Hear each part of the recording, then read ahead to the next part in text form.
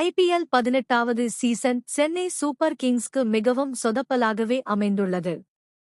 ஏலத்தில் நல்ல வீரர்களை எடுத்திருந்த போதிலும் அவர்கள் தொடர்ந்து ரன்கள் அடிக்க மிகவும் சிரமப்பட்டு வருகின்றனர். இதன் காரணமாக இதுவரை விளையாடிய 6 போட்டிகளில் 5இல் தோல்வியை சந்தித்துள்ளனர். இந்த சீசனின் முதல் போட்டியில் மும்பை இந்தியன்ஸ் அணிக்கு எதிராக மட்டுமே இதுவரை வெற்றியை பெற்றுள்ளது.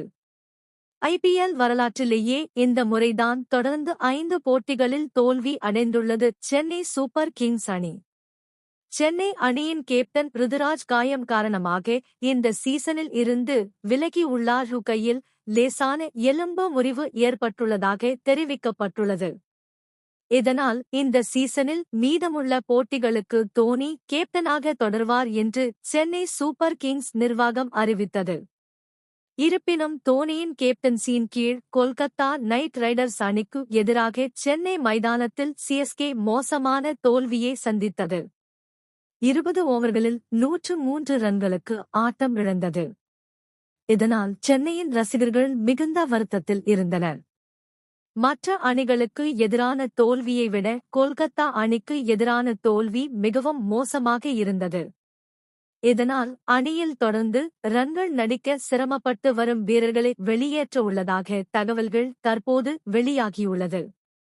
முதல் சில போட்டிகளில் கான்வே விளையாடாத நிலையில் அவரை அணிக்குள் கொண்டு வந்தனர். ஆனால் அவரும் பெரிதாக ரன்கள் அடிக்கவில்லை. மிடில் ஆர்டர்களில் விளையாடி வந்த ஷாம் கரன், ஓவர்டன் ஆகியோருக்கும் சமீபத்திய போட்டிகளில் வாய்ப்பு வழங்கப்படவில்லை. ஆனால் தொடர்ந்து ரன்கள் அடிக்க சிரமப்படும் ரச்சின் ரவீந்திரா, ராகுல் திரிபாதி, அஸ்வின் போன்றவர்களுக்கு வாய்ப்பு வழங்கப்பட்டு வருகிறது. இதுவரை விளையாடிய 6 போட்டிகளில் பெரிதாக பெர்ஃபார்மன்ஸ் கொடுக்காத வீரர்களை நீக்க சென்னை அணி நிர்வாகம் முடிவு செய்துள்ளது. அதன்படி அஸ்வினுக்கு பதிலாக ஸ்ரேயாஸ் கோபாலை விளையாட வைக்கலாம் என்ற முடிவை எடுத்துள்ளதாக தகவல்கள் வெளியாகியுள்ளது. மேலும் மிடில் ஆர்டரில் தீபக் ஹூடாவிற்கு பதிலாக ஆண்ட்ரே சித்தார்த்தை களம் இறக்க தயாராகியுள்ளனர்.